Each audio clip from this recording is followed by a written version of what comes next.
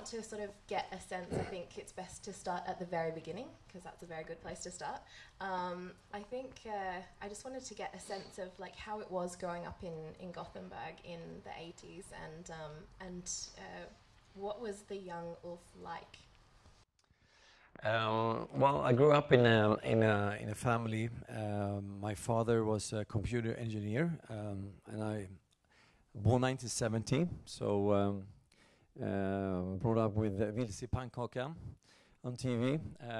We had a very socialistic country in the 70s. Somehow we survived that, and we also survived the nightmares from Vilse Pannkakan. My father bought me a Commodore 20 in 1981, and he wanted me to learn programming. So I learned programming when I was 11. Very simple things, programming called BASIC.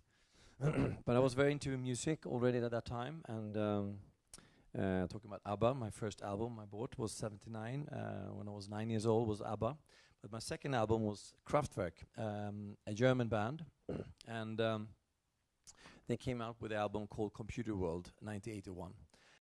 It was all about the world will be connected by computers. Every person on the planet will have a computer. Every song was about computer love, computer world, etc., etc. And I was so inspired by this, and I decided when I was 11 years old, I want to work with computers, technology, and electronic music. So I started my first little band, programming, and I did a synthesizer as my first program. And I sit there, it was completely horrible, of course. This Commodore 20, the 20 stands for 20K, so the whole computer processing power was 20K, and the whole memory, and it was a tape recorder, so you have to, each time you loaded something was 20 minutes, and then each time you were saving something was 20 minutes. And then 83, Commodore 64 came out, and MIDI was invented, which was revolutionizing the whole music industry, because you could communicate between computers and synthesizers to synthesizers. And I learned to program machine code, which was a little bit more advanced language. And I did my first sequencers, and I connected all this. I was sitting there as a super nerd in my little studio, and I kind of was self-taught programmer loving electronic music. That's a little bit how I ended up in the music industry. And it seems that you're a bit before your time in terms of music and tech. How was that growing up? Like, did you have any problems? Like, were your peers supportive of that, or was it still a bit weird? Well, I mean, computers, to do something more than just playing games on computers, my parents was very supportive at. They were not so supportive at that I built 2 large speakers in my bedroom, and I played very loud music very late. So they were kind of half supporting my music thing. They obviously wanted me to focus on studies, but I was a little wild boy on the streets at those days. So they were just happy that I actually had something serious to hold my life around, which was the music. I think those days, the early days in the 80s, when I really decided what I wanted to do, it's quite funny that it all came back when I got a little bit older and after school, that I kept on being interested in computers and kept on being into electronic music, which was a very, very niche music style in the early 80s. It was called synth music. Kraftwerk, Depeche Mode, Soft Cell, Human League, and these bands, which later became obviously today you call it EDM, but those days it was very, very niched. When I met my partner in crime, Jonas Berggren, in the band, 1984, on a concert, Depeche Mode concert in Lund. We decided to work together and do experimental synthesizing music, and that led into the founding of a band called Tech Noir, 88, and then we renamed that band to Ace of Base 1990. And it seems that you were always the ambitious type. Was there any struggle in terms of like the lagom culture of Sweden, and like how did you navigate that? Well, first of all, to be from Gothenburg sucks if you want to have a record deal because there's no record companies in Gothenburg, and I don't think it's still any record companies in Gothenburg. So we knew nobody in Stockholm, of course, and we had no money either. So we were sitting there working very hard in a dream we had, a very ambitious dream. Not ambition dream in a way of taking over the whole world, but it is ambition dream to get out of the shithole we were living in. We were basically living in a small studio, 20 square meters, 24/7 for 4 years. So we locked us in and we covered the windows, so we didn't know if it was dark or light outside. And literally we worked until we passed out, and then we continue working and then fall asleep. So we worked kind of in shifts, and not very unusual. We worked in 50 hours on a road, and it was before Red Bull existed, and definitely no drugs. So there was only coffee, really bad coffee, and a lot of energy, apparently. So we met no friends. We just had each other, and I lived in that studio for 4 years without a shower, and I had to walk to family Berggren, my partner Berggren, Jonas Berggren's family house for 20 minutes every day to take a shower, and collecting money. It was quite expensive to build a studio, much more expensive than having technology today. So I worked extra as a chef on Stena to Germany, and we all worked extra as oil sanitary guys who cleaned up oil storage, which was a pretty dangerous job. The reason why we got that job was because the 2 other guys that had it before us went into the wrong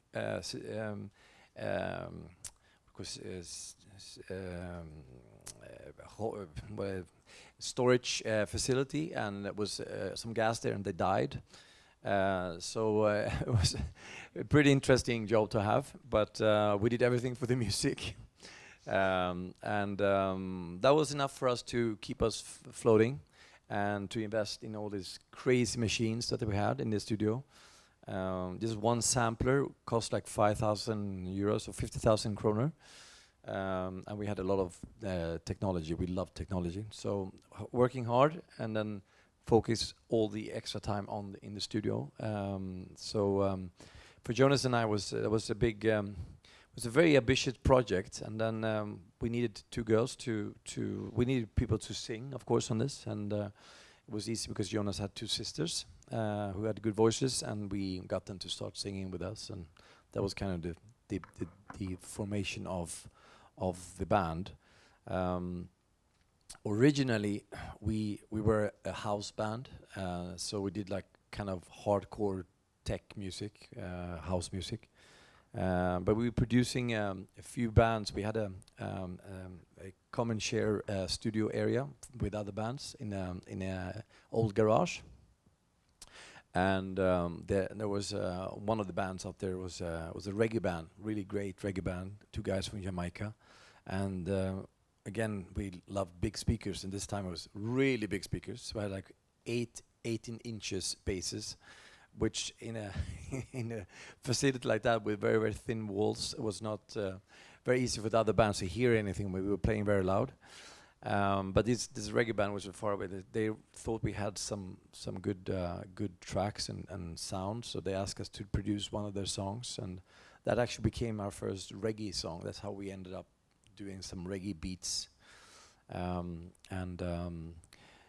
got very inspired by the experimental of mixing reggae with electronic music and drum beats. And it would have been quite hard to foresee the extent of success that you were going to have later on. What was the actual aim when you first started? What was like the top thing that you thought that you could achieve? Well, we definitely thought about international launch. We definitely did not think about the US. That was a little bit too big, but we thought about Europe for sure. Did not really think about specific countries, but it would be the dream would be to be on some of the charts around Europe somewhere. And it was a bit annoying to sit in Gothenburg to hear all the local producers and studios and so forth we visited, and everybody said we had shit music, crap music, stop doing that, it will never work, blah blah blah. Not even our own parents thought we did good music, which was kind of depressive. But of some reason, Jonas and I was completely convinced that this was something good with this. So, but to get it out and to get some serious producers to work with us, we needed to go to Stockholm, and we had no money, so we couldn't even take the train to Stockholm. So we were hitchhiking, and sometimes it took 2 days to go to Stockholm. And we had to sleep in sleeping bags in the streets and in the woods. And while in Stockholm, we had of course no money to sleep anywhere, and we didn't know anybody, so we were sleeping on benches and in parks and so forth, and knocking on doors, because we started sending letters to all these record companies. At that time, I think we had like 50 record companies in Stockholm. Now there's maybe 10, and nobody responded, of course. So after 2 years, we got a little bit tired of nobody responding, so we said, well, we have to go there and force them to listen to the music. So that's basically what we did. So we went around to all the record companies, and we knocked on the door. We were there in the morning before they arrived, and said, we're not leaving until we have listened to our tape. And we did that like 4 or 5 times. Ended up that basically nobody believed in this, of course, but we ended up with one record company that had some feelings of some of the songs, called Telegram. And one day when we were in Gothenburg and we were playing around, we had no really interest in Stockholm. I got a vinyl, white label, of course, so you didn't see the artist or the song. And we just listened to the track, and Jonas and I said, this is exactly the kind of drum beats we want on the songs. And we were missing kind of that drum beat, working with that technology we had at that time. And this, we had to find out who it was, and this was Kayo's first single, called Another Mother, and it was produced by Dennis Pop. And Dennis Pop was a very unknown guy, he was a DJ in Stockholm. And we said, we have to meet this guy. So I came to Stockholm like the 5th time or something, and we went to Swemix. And met up a very nice guy, René Hedemyr, there, who was the CEO of the company. Very small studio, very simple. And Dennis Pop was busy in the studio with a dentist, and we were kind of a little upset. Why does he work with the dentist? He should work with us from Gothenburg. We're a great band. And I said, yeah, I promise I will give him the tape. And we went back home, and this dentist was Dr. Alban, and that was his first album, and which became pretty successful in Europe, at least. So we got finally this first record company. We actually thought we had something. They signed us, and we came to Stockholm to record our first single. But they had a record company when he came back from a trip from London, and he was like, acid music had just been launched. And he was talking about acid and sirens and all that, and that was so far away from our music. And at that time, in the 90s, also the same in the 80s, you had to be like a niche. So you had to be either hip hop, or you had to be techno, or you had to be pop, or you had to be rock. There was no, and we did everything. I mean, we had like all kind of music, and he didn't have no clue what to do with us, and we felt that also was not the perfect match. At the same time, we had started to look outside Sweden.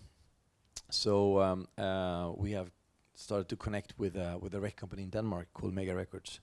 And basically 4 weeks after we signed with the first record company, Mega Records called us back and said, don't sign with anybody, we love all your songs, we understand what you're doing. And then we already signed. So we, of course, we recorded the first single, but then we just felt that this is not a good collaboration. And the CEO of Telegram, he kind of felt the same, because he had no clue what to do with us. So we convinced him to sell us to Mega Records. So he sold us for 2,000 euros, 20,000 kroner, to Mega Records. And that was basically the cost of recording the first single. And he became world famous for selling Acer bass for 20,000 kroner. Unfortunately, he's a great guy. I have a good respect for him. He is amazing, but it's just sad he was famous for that. He should have been in the Guinness World Book of Records alongside you. So the great thing was that we ended up with Mega Records, was a completely different ball game than in Sweden.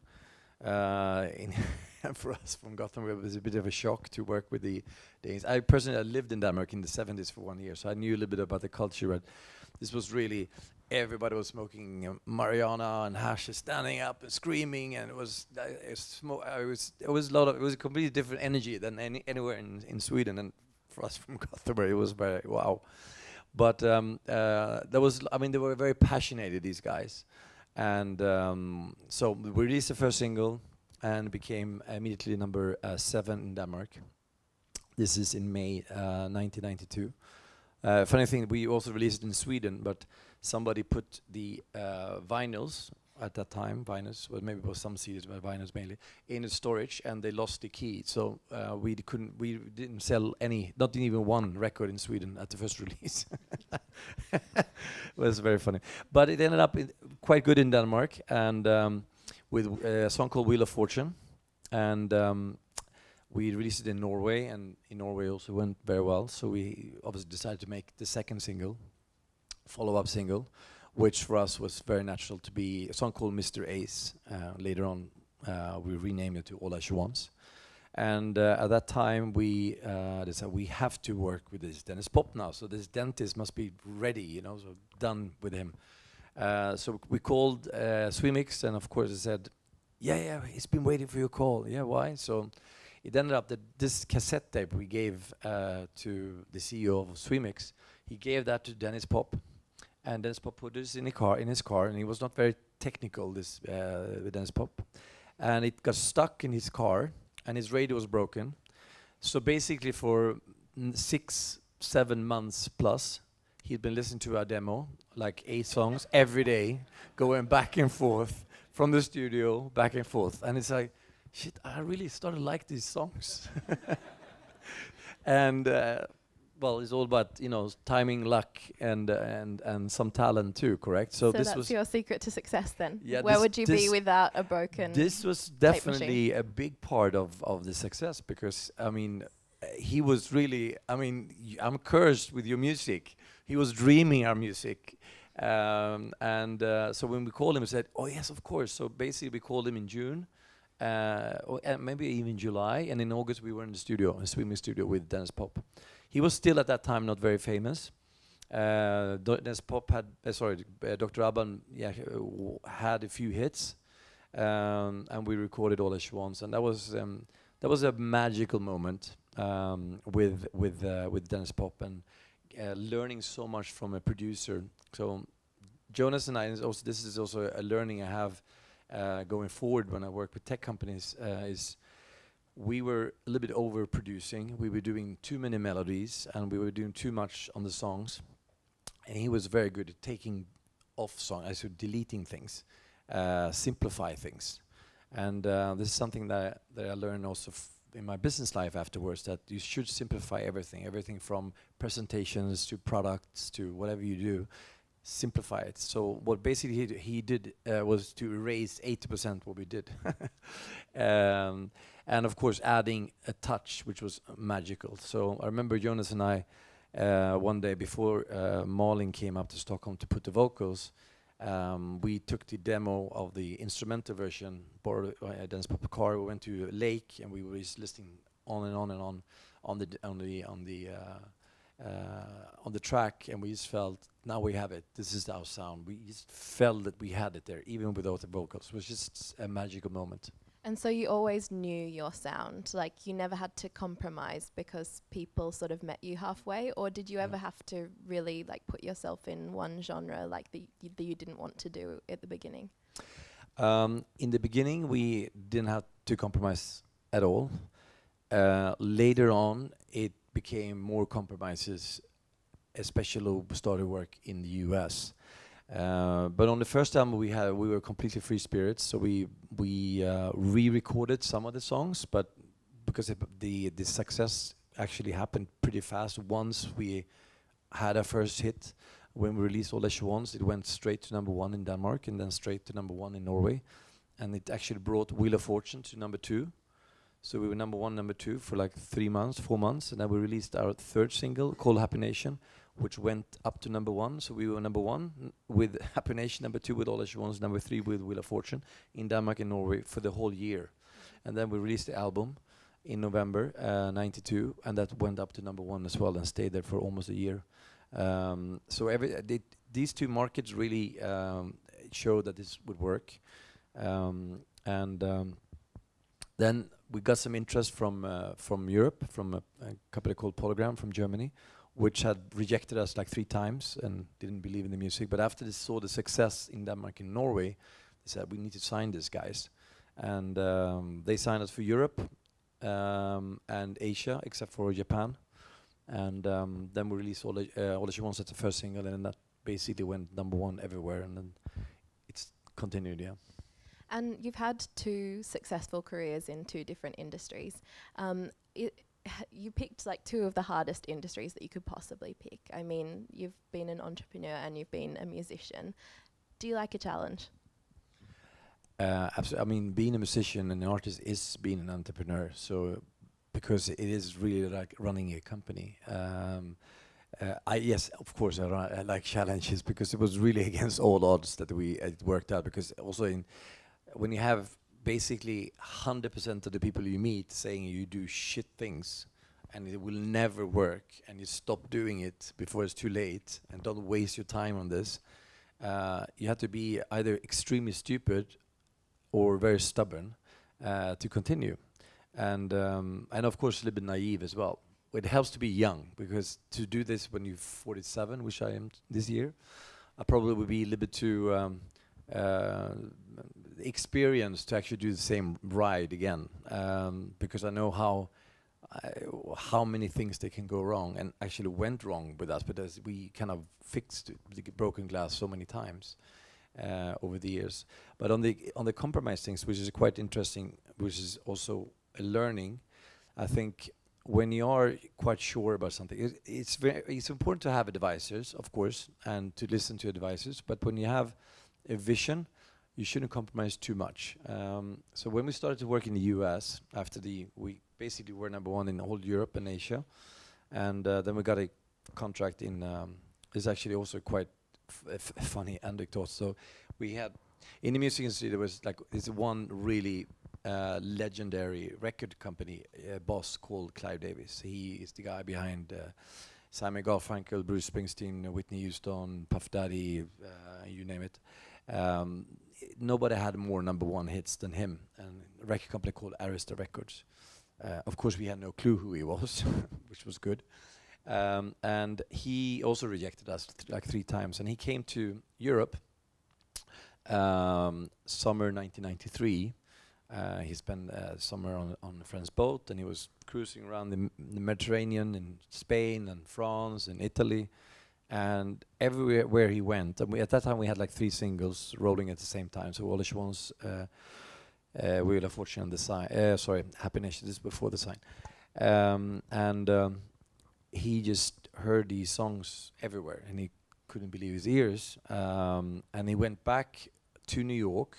And suddenly some American DJs that have been performing and DJing in Europe brought All That She Wants back to US and started to play All That She Wants on radio in the US. And Billboard charts is based on 50% on sales and 50% on radio play. And he started to see us coming up on the Billboard lists without being released on All That She Wants. So the first thing he did was calling up, and then he signed us eventually. And working with Clive Davis was a different ball game, because in Europe Sweden we are very nice. In Germany they are quite nice. In England they're quite nice. In US they are ruthless. They're very, very tough. And working with Clive Davis on top of that, which is the god of the gods, was extremely difficult. And it was a quite funny beginning of our relationship when we come in. I think this is the second time we meet Clive Davis. Of course, he has his own skyscraper on 5th Avenue, and of course he sits on the top. And the staff is, "Oh, you're going up to Clive? We never met him." "Oh, you never met your boss?" "No, we never met him." "Okay." And basically, he'd only been down from his top floor once. That was like on floor 17 or whatever, because it was a fire there once, and they had renovated it. So we went down to inspect the floor. That was the only time we went down in. So this is a very hierarchical environment to work in the music industry and working in the US overall. So anyway, coming into his office, which is probably double the size of this room, he had 3 or 4 stairs going down, and we went down, of course, and he sits in a corner in his big desk, and at that time a huge TV screen. I don't remember how big that was, maybe that size, but it was, at that time, it was a big screen. Basically, I don't remember, one of us kind of tripled, and we heard afterwards that he had built these stairs, that one stair was a little bit shorter than the others, and he learned this from the Romans. So when you entered in Rome, when we entered to meet Caesar, they also had one stair was smaller. So basically, you stumbled, so you actually bow to the Caesar. So he had the same structure on purpose. So you gonna go there and bow. Well, it's quite interesting as a Swede to come there and see this. So anyway, you sit there, and then you sit in this desk, and of course the desk is this high, and you sit on this very small chairs. You look up to this. He's a quite short guy, but you look up and you sit like this. Okay, it's very uncomfortable.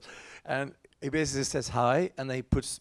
You're gonna watch this. Puts play, and 1 hour we watch a documentary about him, how good he is, and all his achievements, and blah blah blah. And we used to look at each other. What is this? It's like, is this a hidden camera somewhere? And the funny thing is, and after this is done, he says, "Well, I think we're gonna do this," and he had this blah blah blah blah speech about what he's gonna do with us. And then suddenly we have in the corner, it's like, "Bravo, Mrs. Davis, that's a great idea." And there's 2 people applauding in the corner, which we were not even we didn't even see them.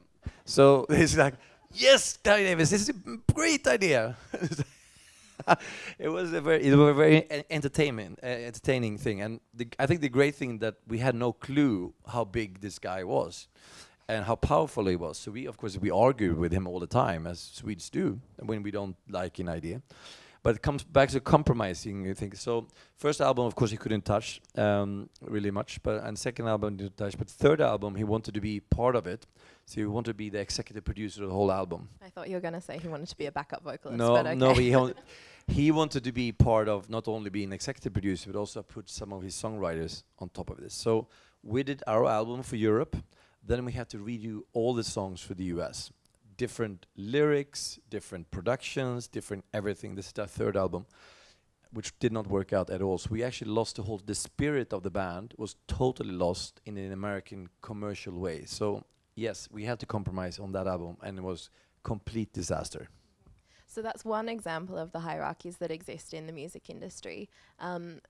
The music industry has been somewhat disrupted by tech. Can you take us a bit through the progression of like how the music industry has been disrupted, and especially like given Spotify and like streaming services, and what your thoughts are for the future of like how that's going to develop? So one big issue that artists always had in the past, at least, was that we were really depending on having a record company. Number one, was very expensive to record, to find a studio. Today you have your computer, and you can use your iPhone almost to record and do a song. So there's no really cost there. So in the past, the record company really had to finance studios, and then you had a physical distribution of music, which was controlled by the record industry. So they were kind of had a monopoly of it. And then, of course, the record companies demanded to have a master tape deal and publishing deal. So they owned the whole value chain. So you had really no choice than working with a record company. And also they charge you for it. So they kind of they charge you for everything, not only once but 10 times. Which is unfortunately part of the culture of the music industry. So as a consumer and as a musician, was very difficult in the 90s to get the music you wanted to hear, because 80% of all released music, or I think maybe it was even 85% of all released music, was not available to buy for somebody, because the record companies, they only focus on the most selling things, and they didn't have any warehouses, or they didn't have any storage of CDs or vinyls. So if you wanted to have a song, you couldn't find it anywhere. So when Napster 99 was launched, I thought personally, and I was also a very, very tech-savvy guy, I love tech and started in the tech industry in 1994. I thought it was the greatest company on the planet. But I was very alone to think that. Prince also thought they were great, but I think we were the only artist on the planet, unfortunately, that thought so, and everybody else thought they were pirates, and thought they would destroy the industry. And they really believed what all the record executives said, that these guys, they're going to steal the music and so forth, which actually was not the case. They wanted to work with the music industry, but the music industry, number one, was too arrogant to understand what technology was. They had no clue what internet was. They had no clue what peer-to-peer technology was. And they had no clue what the actual consumer wanted. So they did everything they could to destroy them, and they obviously succeeded to destroy them. And what happened after was that they had 50 peer-to-peer piracy platforms that was not possible to control. Personally, I think that whole development was great because it really forced the music industry to disrupt themselves and to change. And suddenly you can actually access all music on the planet, which is, I mean, music is part of our culture. So it's I think it's the record company's responsibility to have it available for all the for all the consumers and all the fans. And also, as an artist, you want your music to be available for everyone around the planet. So I just loved Napster, but not the rest of my industry did not love them. Obviously, they were right, and we can see that today. Follow up with, I mean, Spotify is an Napster, but in a more regulated way, correct? And streaming. So I think it was a very healthy disruption. It was almost brought the whole music industry to the knees. Well, it brought them to the knees, but it almost broke the whole music industry. I think the big question is, should it be better if they actually would have broken totally and we could have built a new music industry? I think yes, but now we have it as it is, so we have to live with it. And actually now they are finally started to adapt a little bit to what's good for consumers and not make it too complicated. And they are finally also understanding that giving license to music tech companies, for example, it makes it a little bit easier than they did only like 1 year ago. So they are getting it, which I'm happy they do. I wish they got it 15 years ago, then we would have much more of Spotify's today. It was very difficult to get licenses 15 years ago, 10 years ago, 5 years ago, 3 years ago too.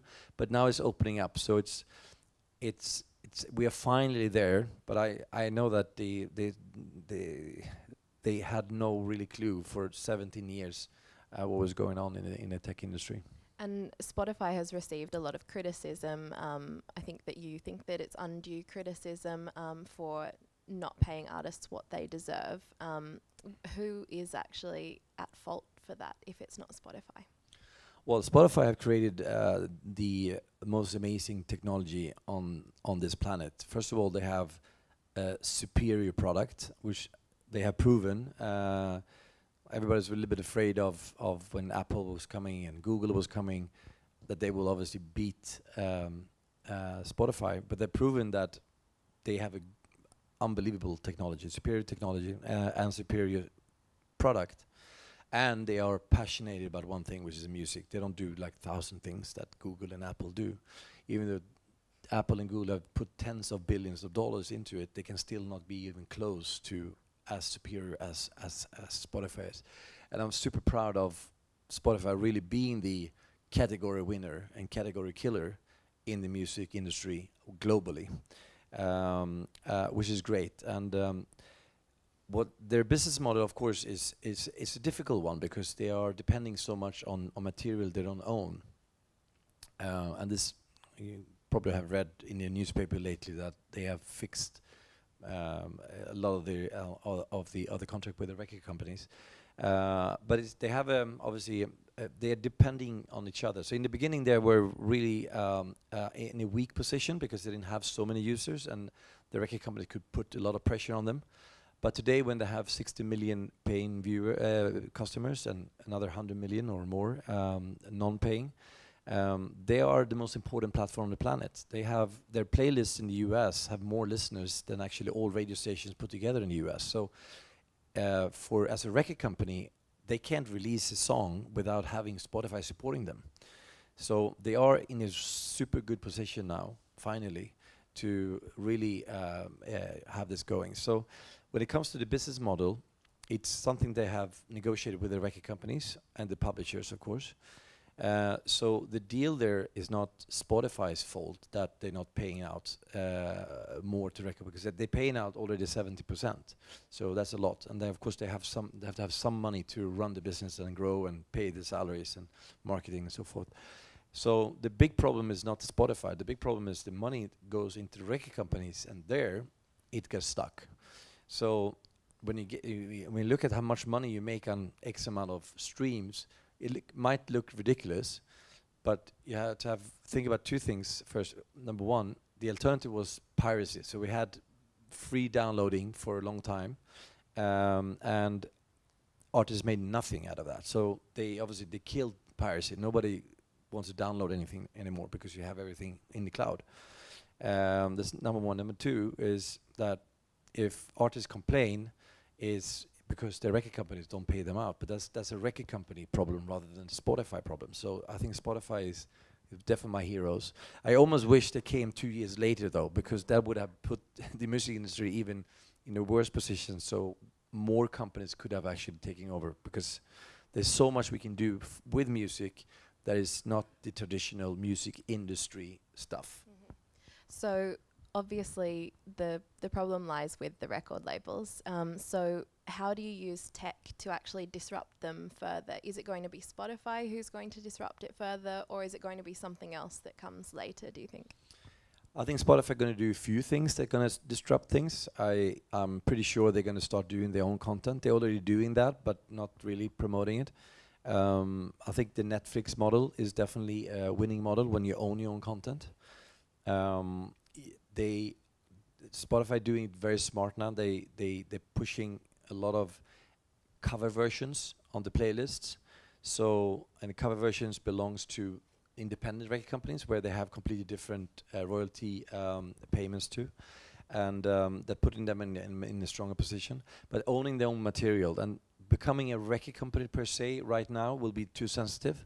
But eventually they will definitely have some kind of own production, and that could be quite easy for them to turn. It's only politics right now where they can't do it. So if you look at Netflix and why they are so successful, is because they have their own content. But I think the big disruptors is definitely companies around Spotify, because Spotify will focus on what they're good at. It's actually distributing music. It's a great startup scene in Stockholm, and I guess here in Uppsala as well, where you have so many different cool companies, like Soundtrap, for example, where collaborate online, and which is becoming like a big thing now, and a lot of great distribution tools. You have a lot of. I think one big problem in the music industry today is the monetization of your songs. It's a very old-fashioned system, and you go through like 6-7 layers and a lot of paperwork, a lot of misunderstanding. 60% of the music industry money goes to the wrong hands. That's a lot. I mean, in the banking industry, 0.06% would not be acceptable. In music industry, 60% goes to the wrong people, and actually ends up in organizations sometimes that nobody picks up. We call it black box money, and like Stim or other similar companies. That's why also another amazing company called Cobalt, also a Swedish company, have completely disrupted that part of the collection society world.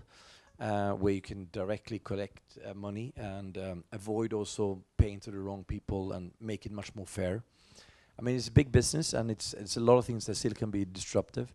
But as an artist, I think it's the greatest time of all, when you can sit home and you can do your own music, and you can use social media, and you can use all these different tools. And there's a great. I mean, Stockholm is it's really happening when it comes to music tech, which is, I think, the future for all these different areas in the ecosystem around the music industry. And what do you think it is as part of the Swedish culture? Is it the Swedish culture actually that sort of promotes to Sweden to punch above its weight in terms of music and tech? I think Swedish culture.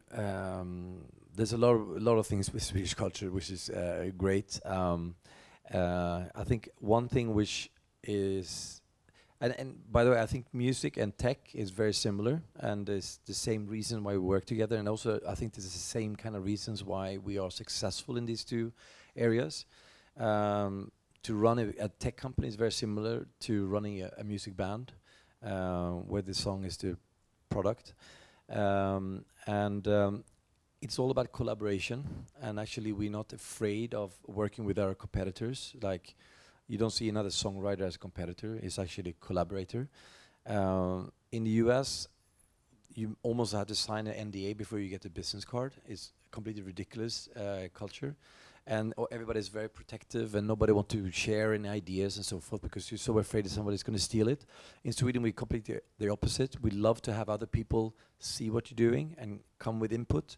And I see very often actually competitors get together to get a bigger client abroad because they know they're too small to do it themselves.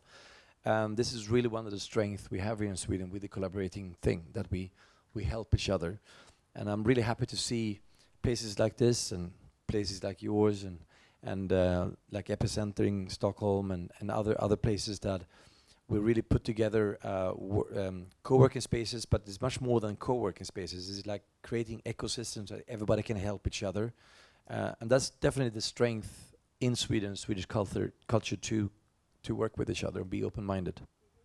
And so just going back to the start of your business, your foray into business, I think there's a lot of misconception that like you were in music and then you went into business. Like, it seems like it was a sort of, it was intermingled, like you were working with business and tech right from the very start. Tell us about that sort of like the journey from like music into business, and was it as clean cut as most people think, or were you working with tech all through?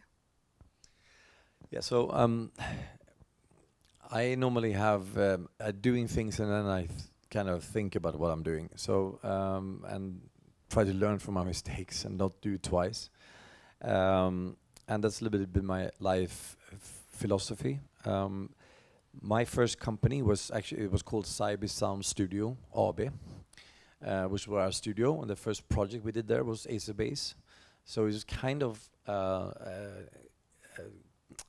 tech project, even though I didn't think about it as a tech project at that time. But if I look at how we today and I today run tech projects, it's a little bit like how we did it. So we had the studio, and we had the equipment, and we had the band that we put together, and we run it really like a company. So, and my first interaction with internet was around 1994, when we launched acerbase.com, and we got 1.7 million hits in the first I think 6 or 7 weeks, which was equivalent to 10% of all internet, which was great. I mean, and internet at that time, we had really no clue what that was. It was a cool thing. It came from the US. Wow. World Wide Web invention somewhere in Switzerland. Okay. And we had our not quite, very boring page, but it was a page with the pictures and so forth, nothing really fancy. Then we let the record company run it because we didn't have the time. So basically it was the same website for like 4 or 5 years. But I think there was a cool factor to be on internet at that time. But I started to invest in tech companies and media companies, 95, 96. And I got involved with a company called Boxman, and which was actually about selling music online. And the vision was to sell, digital music online, but it was a little bit challenging at that time because everybody had 56K modems, and a song was 40 megabytes, for 40 megabytes. It would take basically 2-3 weeks to download one song, so it was not really a sustainable business. But we knew that everybody will have broadband. We thought everybody would have broadband 99, but that was a bit wrong. And we also knew there was some research around the world to get one standard or at least a couple of standard compression systems, Japan and Germany. But we were waiting for this. So while we're doing that, we were selling CDs as like post order over internet, physical CDs, and we collected a quite big database. We had almost 2 million customers, which became the largest e-commerce company in Europe. And the idea was to collect these customers, and then once technology was ready, we were about to launch our real idea, which was actually quite similar to what iTunes was all about later on. But we did a lot of mistakes. We built our own technology. We had actually at that time you had to build your own platforms, but we used IBM. We thought that was a good platform, but it was not scalable. We were way too early, spent way too much money on the wrong things, and got wrong investors on board, and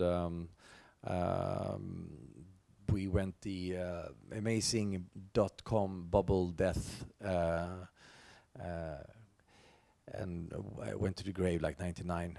But it was a good learning curve of being very careful of what kind of investors you get on board, and also what you're spending money on. In the 90s, I'm not sure how many experienced the internet boom in the 90s, but it was a pretty crazy time, especially in the end of the 90s, where valuations were not based at all on real values, turnarounds or potential revenues, profits. It was in the end it was based on burn rate, and so people basically try to burn as much money as possible to get as higher a valuation as possible. So you just employ more people and we get a higher valuation. And this was not driven by the entrepreneurs, by the way. This was driven by the banks, the investors. So employ more people, spend more money so we can have higher valuations, so we can invest more money. Okay. Why not? Boo.com is a great example of that. And that led to the big break, 99, 2000. Of course, it was not a sustainable business model to do that, which apparently nobody really thought about at that time, because everybody got really blind of these enormous valuations and how it was extremely easy to raise capital at that time. Everything with .com, yes, here's $1 million. Doesn't matter what you were doing. It's like, have the one page .com, $1 million, yes. So it was a very healthy learning when the bubble burst, 99, 2000. And what was the thing that you took away from that experience? I mean, now that you've had a lot of success with Norvik Ventures and you have Stockholm Vibe, you're a part of Epicenter, like you're doing quite well. So how did you bounce back from the things that were in a way unsuccessful but good learning experiences? It was a pretty interesting wake up. So I had a few ventures at that time. I'm a shareholder in a company called Result, which we started. So Ola Alvarsson is the main guy behind that. He was also the main guy behind Boxman. So when we toured around with Boxman to launch it in Europe, when Ola toured with me, it was red carpets and everything was organized at the hotels, and we had like very good schedules of interviews, and everything was really very planned, very efficient. And when he came himself, without us, he had to figure out what restaurant to go to, what meetings to go to, where to stay, it was a mess. So he figured, why don't we have like infrastructure for entrepreneurs, like the record industry are for artists. That's how Result started, early '99. Obviously, being in the so-called time sector at that time, which was technology, IT, media, and entertainment, when the bubble burst, it was not very healthy. Result actually survived, though, which is interesting. And today, we have helped over 300 companies to go international. And Result is the management team for Epicenter in Stockholm, amongst other things.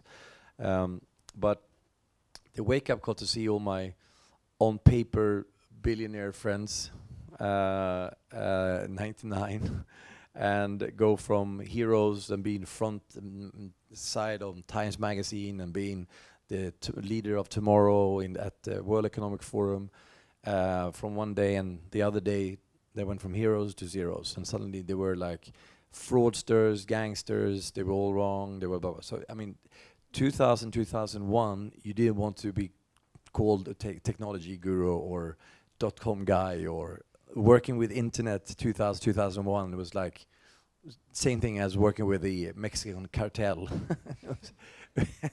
Being a drug dealer was probably the same level of acceptance in this society, 2001. So that was interesting to go from really being the stars to be the the scumbags of the world. But then learning from that, I mean, it was not like we did not believe in technology, but we had to rethink the whole model, of course. It has to be a sustainable business. I was living abroad, and I was starting to do other things because I was a little bit tired of the whole tech scene, because it was kind of, not only we lost a lot of money, but also kind of lost a little bit of our soul as well, because we really put everything into the tech. And I was still doing my music, of course, at the same time, but which was my little escape from reality, and I can go do my little touring and have my screaming fans that said, yes, we still love you. That helped. But all my other tech friends did not have 100,000 fans screaming at them. They only had angry investors and really evil journalists saying they were gangsters. So most of them, they lost all their hair, or actually Ola Alvarsson, he turned gray-haired in basically 6 months in that crisis. It was kind of amazing to see that.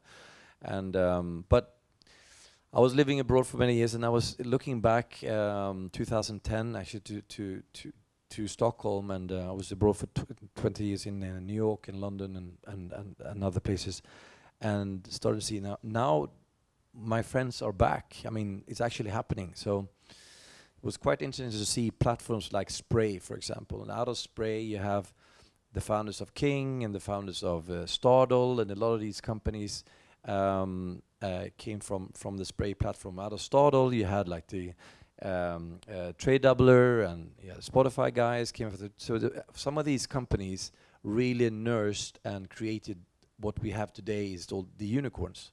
So it was a very important journey, I think, to learn from all these different mistakes that happen. And today we have a fantastic platform, but it all started in the 90s. And I think one of the best things that you're doing right now is Zoundio. Can you just tell us a bit about that, how it works, and what you sort of foresee the future of that being?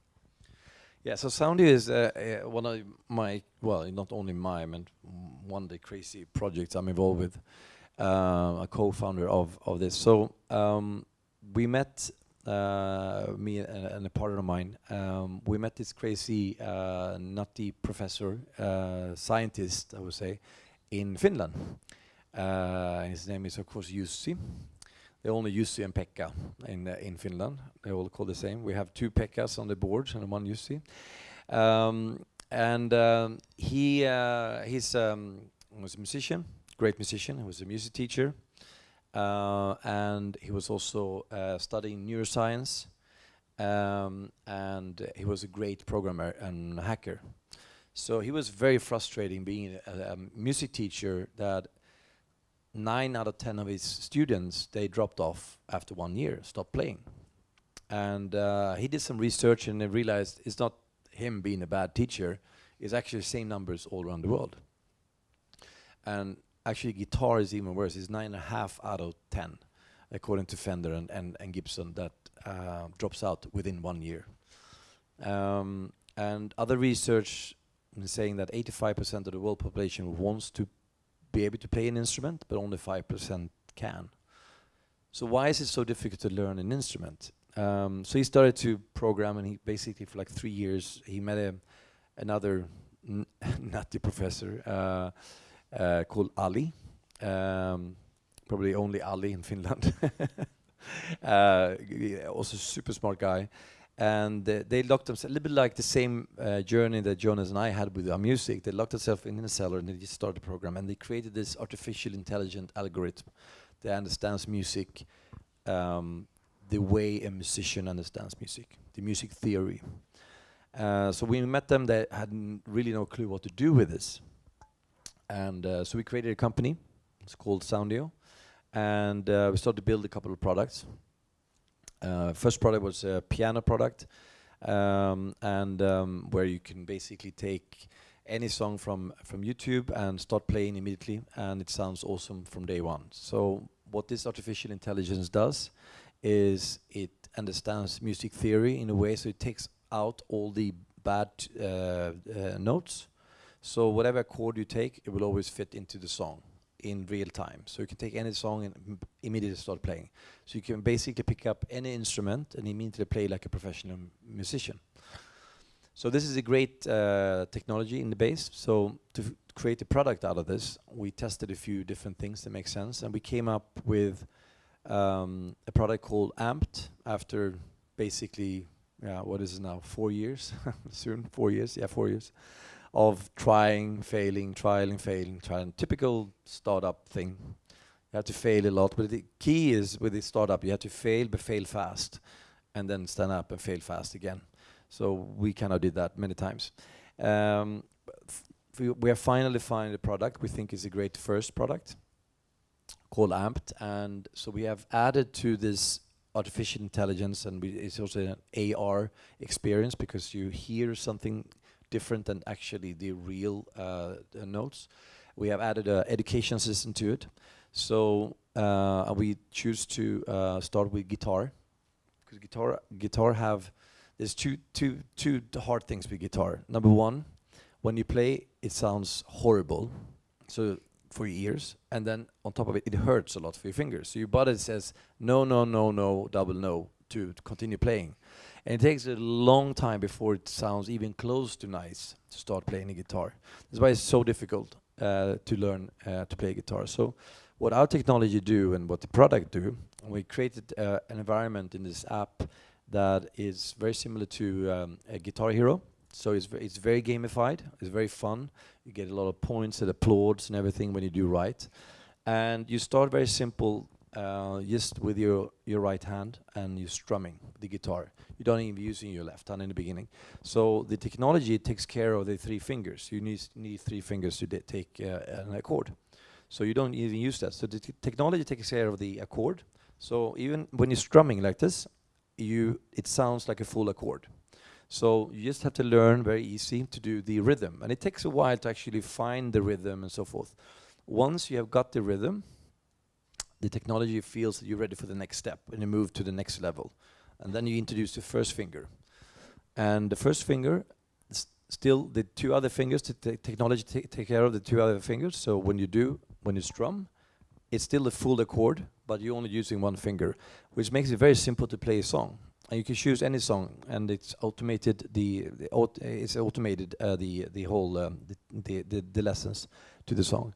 We start with some simple songs in the beginning until you learn how to handle the guitar. Then slowly, when you have that first finger, we introduce the second finger, so the technology takes care of the third finger. So basically, it's the artificial intelligence, it's like 100% at the beginning, then goes down to 80, then 60, then 40, then 30, then 20. So it's a little bit like bicycling. When you learn how to bicycle, you have a balancer, stabilizers, and you focus on paddling and steering, and you don't think about balance. And balance in this is music theory, because music theory is very, very difficult. And you just have to think about actually learning how to express yourself with your instrument and hearing the melodies in your head. And it's such a great experience to actually be able to pick up a guitar and immediately start playing. And basically you learn how to play a song within weeks. And when are you planning to roll this out? So we have tested the product now in Canada. And we choose Canada because it's an English-speaking country. It's not one of the main markets, but they are open-minded people, a little bit more similar to the Europeans. And we choose to aim for like 5,000 users to fine-tune the technology, the onboarding process, and all that. So we're in the middle of that right now. And as all technology companies, you never know when you're going to be ready with the products. You're probably never going to be ready, but ready enough to do a big launch, hopefully this year, so in a few months. We just got the first deal with Universal signed now, so we have also the original content, and we implemented now also a live stream to YouTube, and then we're going to be able to connect it to Spotify as well. So you can choose basically any song to play to and immediately start learning to play with it, with the guitar. Unfortunately, I think that we have to start wrapping things up, but a couple of quick questions before we finish up. What's the best advice you've ever been given?